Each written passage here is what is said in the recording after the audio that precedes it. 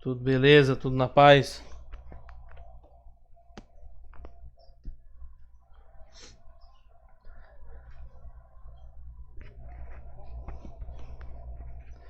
Pessoal, mais uma vez, não esqueçam de preencher o formulário de presença, tá? Tem muita gente que tá esquecendo de preencher. Tá bom? Preenche lá para não depois ficar com falta no final. Ah, doutor, mas eu vim nas aulas, mas minha nota de presença deu baixa. Tá? Eu conto pelo formulário lá, então cuida para preencher o formulário de presença. OK?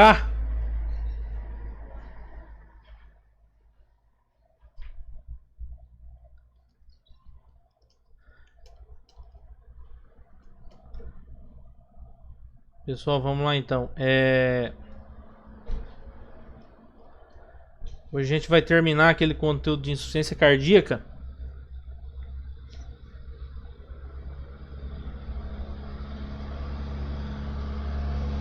Para a gente seguir o baile para as outras patologias.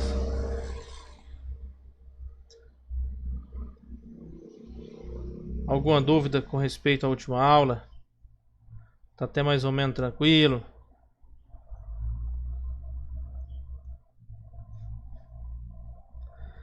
Pessoal, nós falamos então do mecanismo de Frank-Starling, né? Que é um mecanismo compensatório. Falamos de pré-carga, de pós-carga, de gasto cardíaco, de fração de ejeção. Falamos de volume telesistólico, telediastólico. E citamos alguns tipos de insuficiência cardíaca, né? E nós temos os mecanismos compensatórios que a gente começou já a entrar neles, né? Que os mecanismos de adaptação, onde a gente tem o Frank-Starling, a própria ativação do sistema nervoso simpático, né? Sistema ali renina-angiotensina-aldosterona, todo o ciclo, né? Da renina-angiotensina aldosterona e os fatores natriuréticos, né? Nós temos ali esses fatores sendo constituídos por 3 péptidos, tanto pelo péptido natriurético auricular, pelo péptido natriurético cerebral e o péptido natriurético do tipo C, tá? O auricular, ele é secretado pelas aurículas, tá? Quando eu tenho um aumento do estiramento, da distensão, né? O aumento da pressão dentro da aurícula, isso daí vai produzir a própria natriurese, beleza? Com isso daí eu tenho também uma produção de diurese, consequentemente uma perda de potássio moderada, mas dependendo do ponto que chega, torna-se uma perda de potássio severa, ok? Ou seja, esses pacientes que eu tenho insuficiência cardíaca, aquele paciente que trata de pressão alta, você vai passar o diurético para ele, vai passar aquela medicação. Pode ser que o paciente chega depois falando assim: doutor, depois que você passou esse remédio aqui para mim, por exemplo, você passa furosemida pro seu paciente, como diurético, o paciente vai falar assim: doutor, eu tô tendo muita cãibra, tô tendo muita contratura muscular depois desse remédio. Depois que eu comecei a tomar furosemida, depois eu comecei a tomar hidroclorotiazida, o que acontece? O paciente está perdendo muito potássio, beleza? Então você, dependendo, substitui esse diurético por um diurético poupador de potássio, tá? Qual um diurético poupador de potássio? A espironolactona, ok? Também esse péptido natriurético aí, ele tem como outro fundamento, inibir a secreção de renina, angiotensina de renina e de aldosterona, tá? Ele é um antagonista, ele vai atuar como um antagonista da angiotensina 2, não vai deixar ter o ciclo ali, e consequentemente inibe também essa secreção de noradrenalina lá nas terminações pré-sinápticas, tá bom? Então esse péptido ele é secretado no intuito de não deixar secretar renina, né, e aldosterona para controlar lá dentro do rim. Vamos lá. O fator cerebral, né, o natriurético cerebral, ele responde, ele é ativado pelo aumento da pressão do enchimento ventricular, e ele vai exercer os efeitos que são similares ao fator natriurético auricular. Tranquilo? Bem dizer a mesma coisa. Só que ele é uma resposta do aumento do enchimento, tá bom? Não uma resposta do aumento da distensão, do estiramento da aurícula. Aí eu tenho o natriurético tipo C. O natriurético do tipo C, ele ainda não tem uma determinação em que ponto ele age especificamente e como ele age especificamente, ok? A gente sabe que ele é secretado, tá? Que ele tá ali, mas ainda não temos uma definição correta de como ele funciona e como é essa ação dele quando secretado. A secreção de endotelina, né?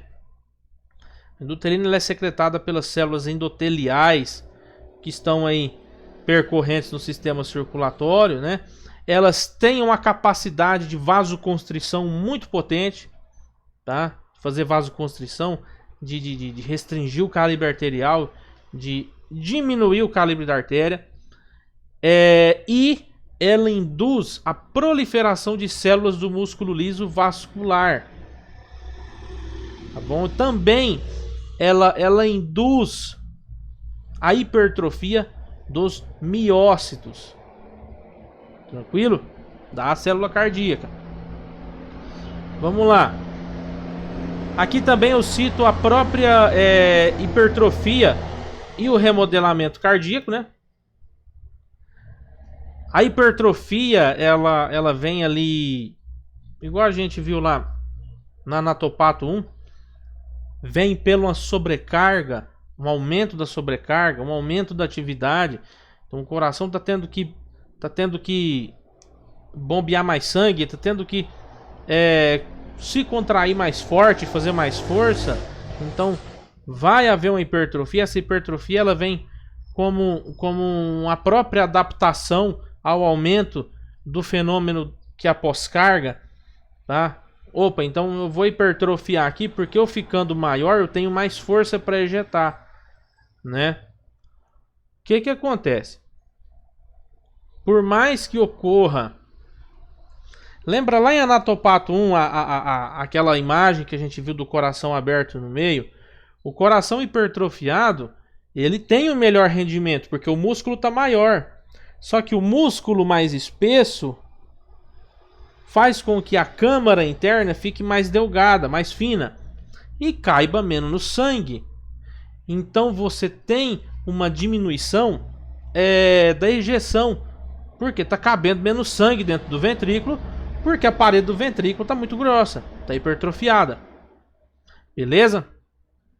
Então essa hipertrofia ventricular melhora o rendimento do coração, mas também ela surge ali como um fator primordial, um fator importante para o desenvolvimento de morbimortalidade cardíaca. O paciente fica mais propício a infarto, fica mais propício a uma má ejeção, porque está cabendo menos sangue. Beleza? E consequentemente o coração está ejetando menos, o músculo está maior, está com metabolismo maior, está precisando de mais nutrientes, está precisando de mais O2 para se alimentar, e essa ejeção está diminuindo, beleza? Então é aquele ciclo que o final ali é catastrófico, ok? Vamos dar uma relembrada aqui, como um esqueminha, a fisiopatologia, né? Em casos especiais, o gasto cardíaco pode estar aumentado. Exemplo: anemia, enfermidade beribérica, que a gente vai ver mais pra frente, hipertiroidismo ou fibrilação atrioventricular. Na maioria dos pacientes com insuficiência cardíaca, esse gasto cardíaco ele tende a estar diminuído, tá bom? Na maioria. Em alguns casos, esse gasto cardíaco pode estar aumentado, beleza? Mas como na maioria das situações, na maioria das vezes, das cardiopatias, o gasto cardíaco está diminuído, vai ativar uma série de mecanismos de compensação. O primeiro mecanismo é a gente ter o aumento da pré-carga, né? A lei de Frank-Starling. Então, lembra, quando o coração ele tem que se distender mais para caber mais sangue para ejetar mais, né? Então, de acordo com a lei de Frank-Starling, né, de maneira que o maior volume residual e o aumento da pressão telediastólica incrementam a força da contração e o volume de ejeção do batimento seguinte. Então, o primeiro mecanismo é o Frank-Starling. Tranquilo.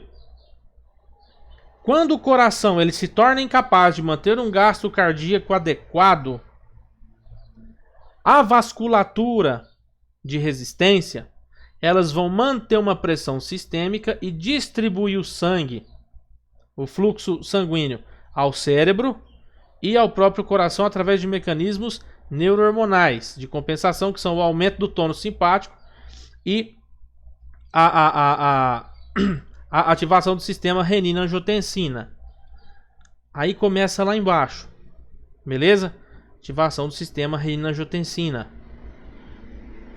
Aumenta a contratibilidade da vasculatura. Lá embaixo vai começar a reter água e sal, porque está começando a entender que está faltando volume. Certo? Beleza. O próprio aumento da atividade simpática vai alterar o inotropismo também. Ou seja, vai aumentar a frequência cardíaca do meu paciente. Tá bom? Vai aumentar a frequência cardíaca. E também favorece a vasoconstrição periférica. Como eu estou tendo uma má perfusão periférica devido à vasoconstrição periférica, o paciente começa a ficar com a extremidade fria também. Beleza? Então, outro sinal. Por outro lado, diminui a pressão da perfusão renal. O aumento da atividade simpática e a redução do aporte de sódio até a mácula densa estimulam a secreção de renina. O que acontece? Está chegando menos sangue no rim. Está chegando pouco sangue no rim porque a fração de ejeção está diminuída. Está perfundindo pouco o rim. O rim começa a sofrer e o rim fala assim: opa, vou secretar renina, né? Para eu começar a agir aqui, porque está faltando sangue para mim aqui embaixo. Então, vamos lá. Ocorre a secreção de renina. A renina vai ativar a passagem do angiotensinogênio, certo? Aí vai haver a liberação da angiotensina 1, ok? E vai ter a união, lembra lá, com a enzima conversora, para converter para angiotensina 2. Vai fazer uma vasoconstrição geral. E vai liberar aldosterona. Aí a aldosterona é o hormônio que vai fazer reter sódio e água. Beleza? E essa retenção de sódio e água, devido à aldosterona, vai fazer com que o sistema vai interacionar com o sistema simpático para aumentar mais o tônus vascular ainda, aonde a pressão sobe. A pressão arterial começa a subir. A pressão arterial, o paciente está hipertenso e está inchado. O paciente está encharcado. Você faz um sinal que chama sinal de cacifo. No Paraguai vocês vão ver como sinal de Godet. Você vai lá na perna do paciente, lá na cara anterior da tíbia. Dá aquela apertadinha lá, que você tira o dedo, fica fundo. Tá? Mais pra frente aqui, nas outras aulas de cardiopatia, a gente vai aprender esses sinais de Godet, sinais de cacifo, para ver quanto o paciente está inchado. Então é uma cascata. Tudo começa a gerar um efeito dominó no nosso paciente. Esse mecanismo pode causar um aumento excessivo da pós-carga, porque tá retendo muito volume, tá retendo muito sal, muita água, né? Então o paciente começa a ter alterações eletrolíticas e secundariamente, devido a essas alterações eletrolíticas, o paciente pode começar a cursar também com arritmias, tá? Começa também a ser ativada a liberação lá pela hipófise de vasopressina, né? Então a vasopressina ajuda a reduzir também essa excreção de água, favorece um estágio que chama estado hipoosmolar. Tranquilo? O rim começa a mandar pouco sal e pouca água para fora. É o paciente que chega no teu consultório: doutor, eu tô inchando, tô ficando muito inchado, dor de cabeça, tudo isso. Você começa a aferir a pressão do seu paciente. A gente vai ver lá nas classes de hipertensão. Você vai passar um mapeamento, um mapa, um MRPA para ele fazer esse cheque de pressão em casa. O paciente está hipertenso e o paciente está retendo água e está urinando pouco. Fala: doutor, eu urino muito pouco. Quando eu vou, eu urino um pouquinho só e acabou. Tá bom? E aí você começa aqui a passar algumas medicações. Por isso, doutor, então, que eu preciso passar muitas vezes no paciente não só um diurético de alça, uma hidroclorotiazida, mas às vezes eu tenho que passar também um diurético hiperosmolar. Tá bom. Só que o que acontece aqui, começa muitas vezes o paciente jogar também junto com a urina, vai melhorar a filtragem glomerular, o paciente vai começar a jogar água e sal para fora, só que vai jogar potássio também. Então às vezes você tem que mudar o diurético, botar um diurético, mais um diurético poupador de potássio. Beleza? O diurético vai segurar potássio no paciente, que aí ele vai começar a referir para você aumento de cãibra, aquelas coisas todas que a gente já falou. Tranquilo? Esses mecanismos compensatórios se manifestam no sistema venoso por um aumento da pressão venosa secundário à hipervolemia. Hipervolemia, o paciente está encharcado, tem muito volume. Beleza? E no sistema arterial, pelo aumento das resistências periféricas. Aqui está a vasoconstrição periférica. Beleza? O paciente está com a pressão alta. Vamos lá. Para compensar a vasoconstrição devido à ativação simpática e do sistema renina-angiotensina, se estimulam outros hormônios com efeitos vasodilatadores, como os péptidos natriuréticos. Lembra, o péptido natriurético, ele tenta segurar o mecanismo renina-angiotensina lá embaixo, a secreção de renina e aldosterona, né? Ele tenta impedir aquele ciclo lá embaixo. Aqueles péptidos, né? Inclusive o tipo C, ou ele é endotelial, o auricular, quando ele é liberado, que aumenta a tensão do estiramento da aurícula, né? Aumenta a distensão da aurícula, então ele é liberado. E o péptido cerebral. O péptido cerebral é quando aumenta a tensão da parede do ventrículo, tá? Do átrio lá em cima também. E o que acontece? Esses péptidos, eles tendem a fazer vasodilatação e natriurese, tá? Mas o que acontece?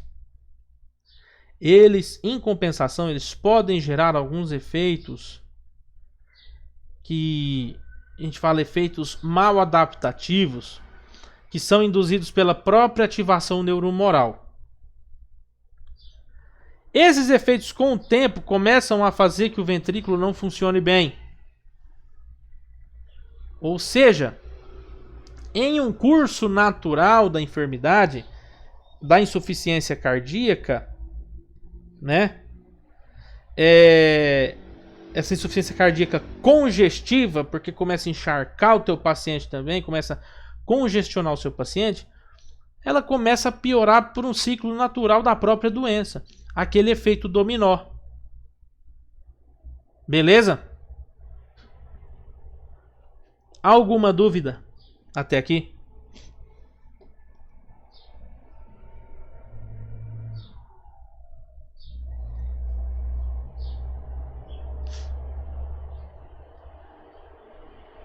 Vamos lá.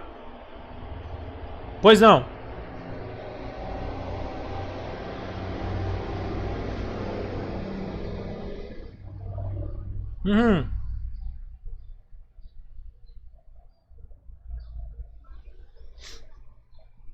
Isso. O Hidrion, quando aquele paciente começa a reter muito potássio. Porque o próprio potássio também, ele, em excesso, ele faz hipotensão. Aí você pega aquele paciente que costuma não ter muito meio termo. Ou o paciente secreta potássio demais, ou o paciente, ou ele retém potássio demais, ou ele joga muito potássio para fora. Você põe espirolactona, a pressão tá caindo demais. O paciente tá ficando muito potência, é aquela moleza o dia inteiro. Aí você tira o espirolactona e volta pro furosemida, né? Você voltou pro furosemida, o paciente fala, melhorou, mas tô tendo cãibra demais. Tô tendo contratura demais, contratura muscular demais. Tá? Então, então geralmente você passa essa associação, tá? O paciente que é cardiopata, ele é um paciente assim especial, porque não tem uma receita de bolo para tratar ele. Ele não tem um... Como é que fala? Não tem um X ali. O paciente que cardiopata, você tem que ir provando medicações. Tem medicação que ele tolera melhor. Tem medicação que você vai passar para um paciente, vai ser top, mas para ele não vai fazer nem cócega. Tá, o cardiopata é um quebra-cabeça. Beleza?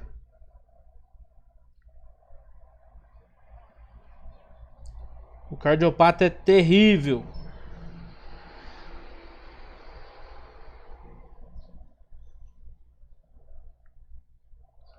Eu tô conferindo aqui, ó.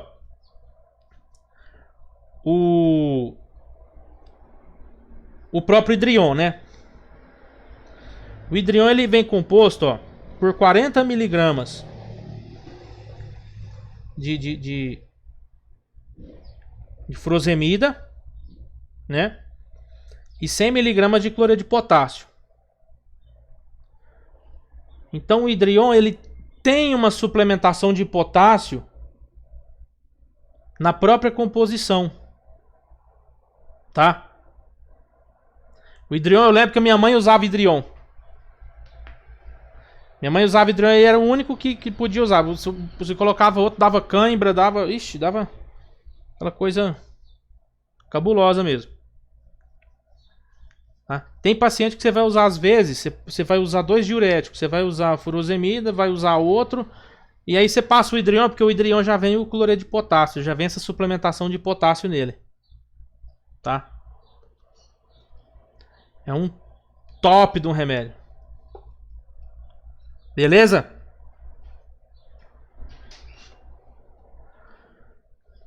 Só que em compensação, o que acontece? Quando você tá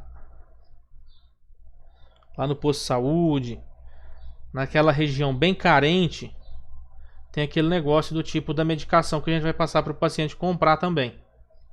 Tá? Às vezes o hidrion é mais caro. Muito mais caro. Então você tenta passar uma espironolactona, pá. A espironolactona não suplementa o potássio, né? O cloreto de potássio. Mas a gente vai indo, tenta encaixar de outra forma. Beleza? Vamos lá. O próprio conceito, então, neuromoral, né? Nós temos mecanismo renina-angiotensina, né? A ativação do sistema nervoso simpático e os péptidos para tentar fazer vasodilatação. Onde os péptidos, eles vão evitar essa vasoconstrição periférica excessiva, tá? E os outros 2 sistemas vão tentar manter o gasto cardíaco. Beleza? Como é que funciona o bizu? Eu tenho o coração trabalhando de forma inadequada. Uma bomba trabalhando de forma insuficiente. Beleza. Vou ter um gasto cardíaco reduzido, né? Automaticamente eu tenho uma pressão de enchimento alta. Tá bom? Vamos aqui nessa coluna do meio primeiro, ó. O gasto cardíaco reduziu, você vai ter ativação do sistema nervoso. O próprio sistema simpático lá vai ativar o sistema renina-angiotensina-aldosterona, né? Essa ativação do sistema simpático faz a vasoconstrição. A vasoconstrição ela vem também pela própria angiotensina 2, beleza? A vasoconstrição vai fazer um gasto cardíaco reduzido e vai fortalecer mais o sistema simpático para liberar mais renina, para fazer mais vasoconstrição, tá? Essa angiotensina 2 vai terminar o ciclo lá para liberar a aldosterona. A aldosterona faz a reestruturação cardíaca, o remodelamento cardíaco, né? A aldosterona também vai ativar a retenção de sódio e de água. Essa retenção de sódio e água vai aumentar a pressão do enchimento cardíaco. Beleza? Então nós temos aqui um ciclo que uma coisa puxa a outra e o paciente só tem a piorar. Beleza?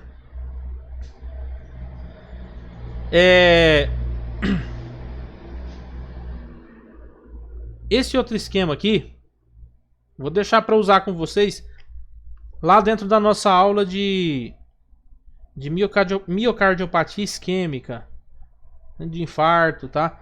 Quem quiser já dar uma corrida de olho nele, doutor, eu quero estudar por conta, fica à vontade, tá bom? Fatores de risco: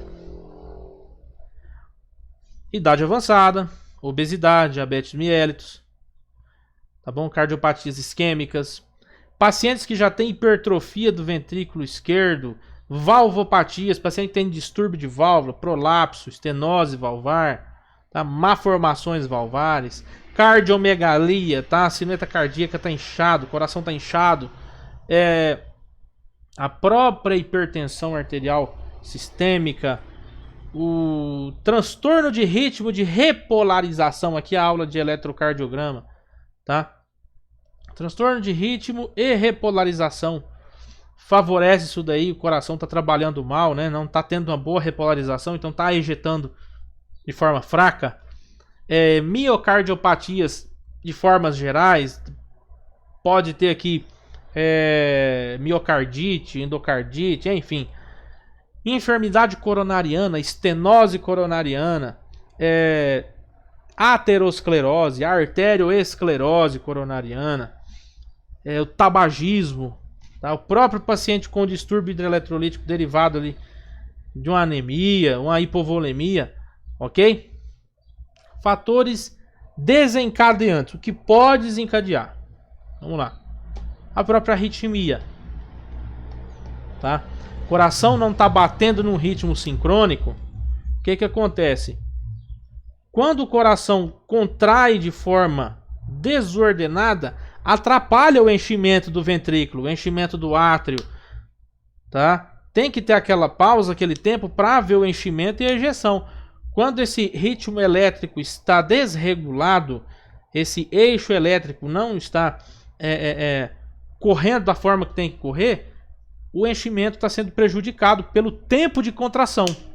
Tempo de contratura do átrio, tempo de contratura do ventrículo. Beleza?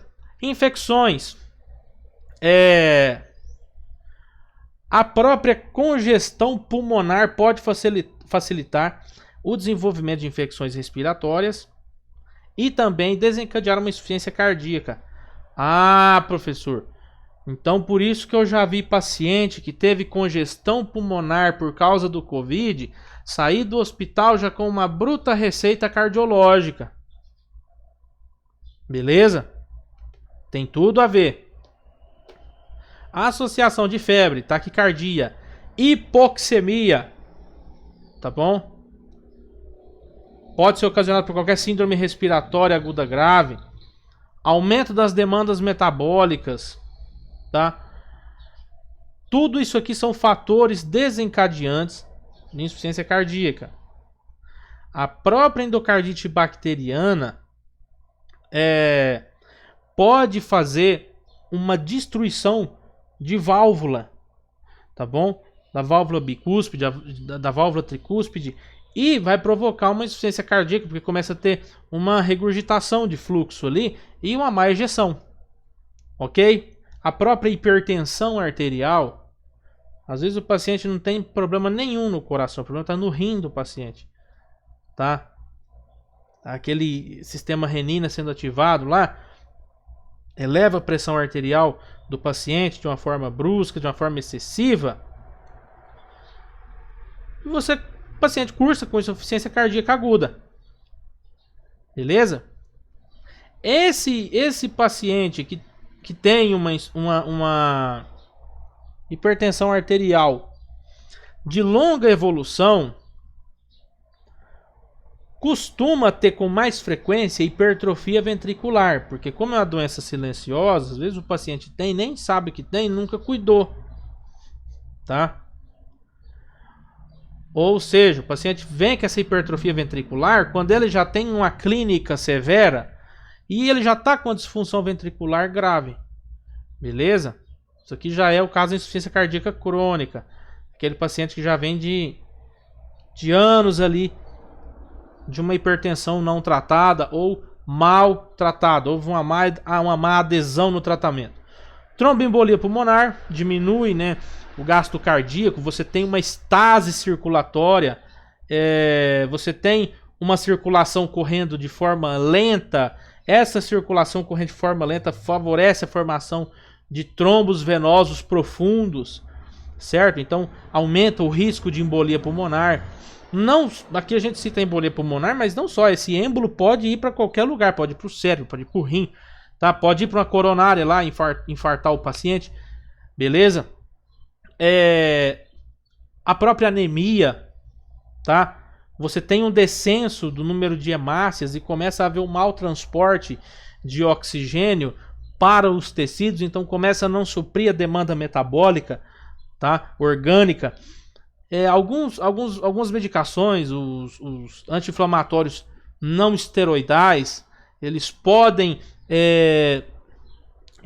de alguma forma diminuir a função renal, né, diminui a filtração glomerular, então automaticamente você tem uma retenção de sódio e uma retenção de água, né, então aquele paciente fica congestionado, fica cheio de líquido, né, aquela hipervolemia. Também algumas medicações com ação inotrópica negativa. O próprio Verapamil,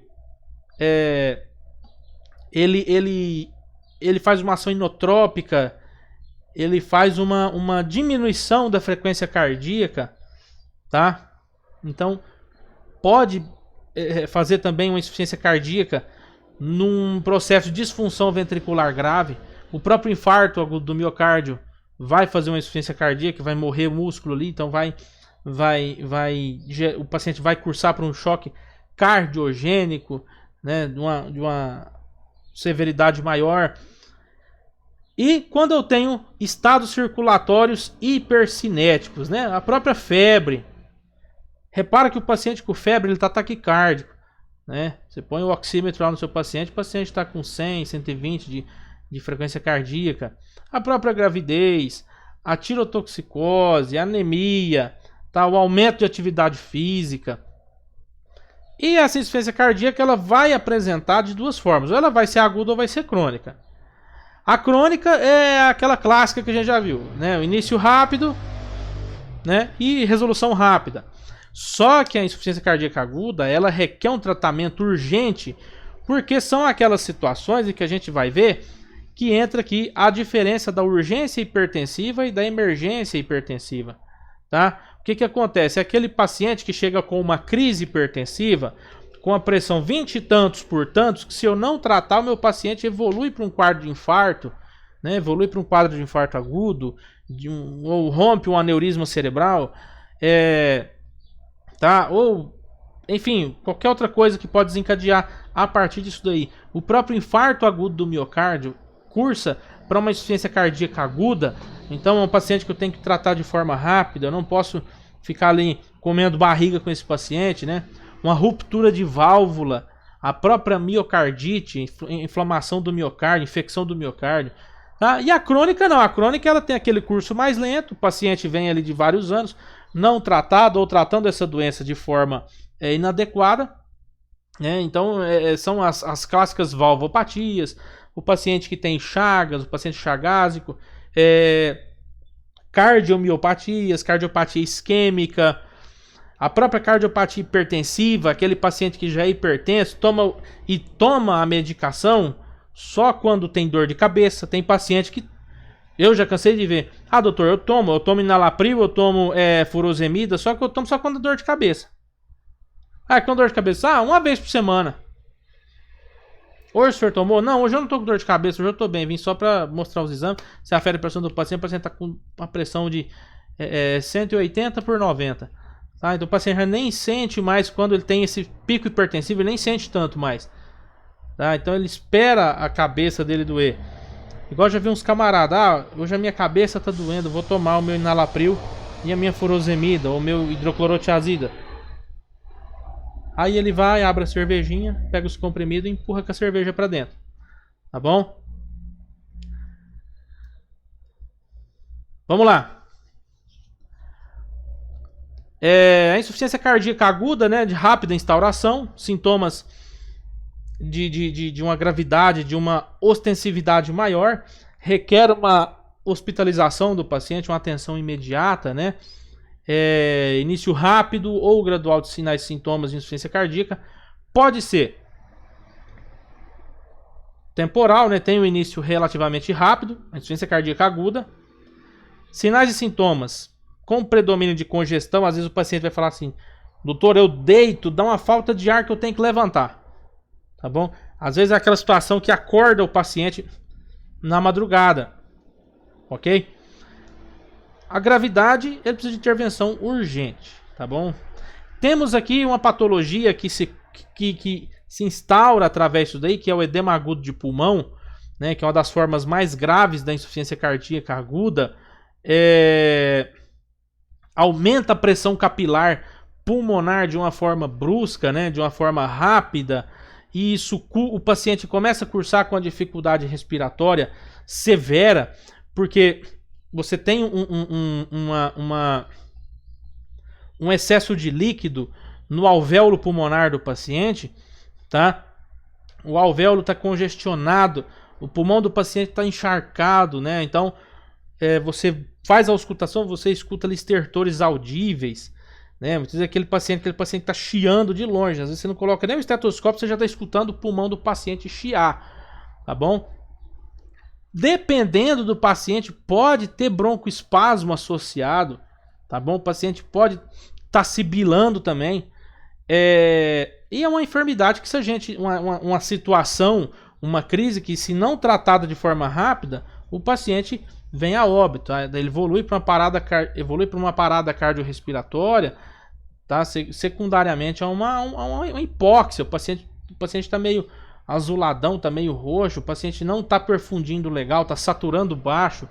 É aquele paciente que quando ele deita, ele tem falta de ar excessiva, ele levanta, a falta de ar acorda o paciente à noite, tá bom? Então esse paciente é um paciente que você não deita ele totalmente quando chega no PS. É aquele paciente que no máximo você deixa ele semi-sentado, tá bom? Na maca ali, é um paciente que não pode deitar. Se você deita esse paciente, você piora a falta de ar, você piora o quadro dispneico dele. O quadro clássico é inconfundível, o paciente apresenta uma ansiedade extrema, o paciente refere uma sensação de morte mesmo para você. Transpira em abundância, pele fria, o paciente está frio, está pegajoso. Ele respira de forma rápida, tem ataque apneia, apresenta tiragem costal, né? O paciente está fazendo força para respirar. E tosse e expectoração rosada. Parece uma expectoração meio hemática, tá? Parece um catarro meio com sangue ali, que o paciente está botando para fora, tá bom? Você tem ali um acúmulo de líquido, certo? No espaço intersticial, no espaço alveolar, devido ao aumento dessa pressão capilar ali. Essa pressão vem lá da cavidade cardíaca, tá bom? Então, pode olhar que o paciente ele tem uma hipertensão maltratada, ele tem disfunção sistólica no ventrículo esquerdo por uma enfermidade coronariana, hipertensão arterial, valvulopatias, miocardiopatia. É aquele paciente que já tem um histórico cardiovascular, já é hipertenso de muito tempo e um hipertenso mal tratado. Ele tem disfunção diastólica, tá? Ele tem hipertrofia ventricular esquerda, ele tem miocardiopatia, né, com remodelamento, ele tem uma miocardiopatia restritiva, ele pode ter obstrução do trato de saída do ventrículo esquerdo, uma estenose de artéria aorta severa, beleza? Pode ter estenose mitral, pode ter uma hipertensão renovascular, hipertensão no rim do paciente, tá? Síndrome de Pickering, síndrome de Pickering, beleza? Então, o paciente tem alguma coisa disso daqui. Ele não chega com edema agudo de pulmão do nada, tá bom? Fatores precipitantes: a crise hipertensiva. O paciente fez alguma crise hipertensiva, passou algum nervoso, alguma coisa, a pressão subiu, tá bom? O próprio infarto, a própria disfunção de alguma válvula, beleza? A sobrecarga de fluidos. Por isso que eu não posso infundir fluido no meu paciente que chega no pronto-socorro à torta direita, tá? Eu tenho que ter um critério. É igual no trauma. O trauma, nos protocolos passados, os pacientes saíam tudo com edema agudo de pulmão, porque chegava no acidentado e passava 1, 2, 3, 4 litros de soro fisiológico ou de lactato de Ringer. Hoje não, hoje você passa 1 litro e vê como que é a resposta do seu paciente. Beleza? Só para fechar aqui, a insuficiência cardíaca direita é quando eu tenho uma falha do lado direito do coração, tá? Falha do lado direito. E a insuficiência cardíaca direita, ela cursa com um quadro bem específico ali. Estenose ou insuficiência da válvula tricúspide, tá? Ou da válvula pulmonar. Tá infartado o ventrículo direito. Ou o paciente está com uma miocardiopatia ou uma insuficiência cardíaca esquerda persistente. O que acontece aqui? O sangue do paciente está acumulado no sistema venoso sistêmico. Então, é aquele paciente que cursa com edema periférico, edema de braços e pernas, e o paciente refere congestão, o paciente cursa com congestão dos órgãos abdominais. O paciente chega com, doutor, o fígado inchado, o abdômen levemente estendido. Essa é a característica da insuficiência cardíaca direita, tá bom? Eu tenho um paciente que refere um mal-estar hepático, tá bom? É aquele paciente que está congestionado a circulação venosa, então o paciente está meio roxo, a gente está com o lábio roxo, tá bom? Muitas vezes pode ter turgência jugular, ok? Membros periféricos edemaciados, com esse aspecto meio azulado, meio roxo, tá bom? E a insuficiência cardíaca esquerda é a falha do lado esquerdo do coração. O BO aqui está no levar a circulação do pulmão para o sistema. Ok? O que faz dar isso aqui? Infarto agudo do miocárdio. Ou outro tipo de miocardiopatia. Beleza? O paciente tem uma má condução da circulação pulmonar para o sistema. O BO aqui está na circulação que está indo do pulmão para a artéria. Tranquilo? Aqui nós temos a tabelinha comparativa da sintomatologia, tá, pessoal? Da insuficiência cardíaca esquerda com a direita. A gente vai entrar nesses sintomas de uma forma mais abrangente na próxima aula. Queremos ver se a gente já começa a falar de hipertensão também. Beleza?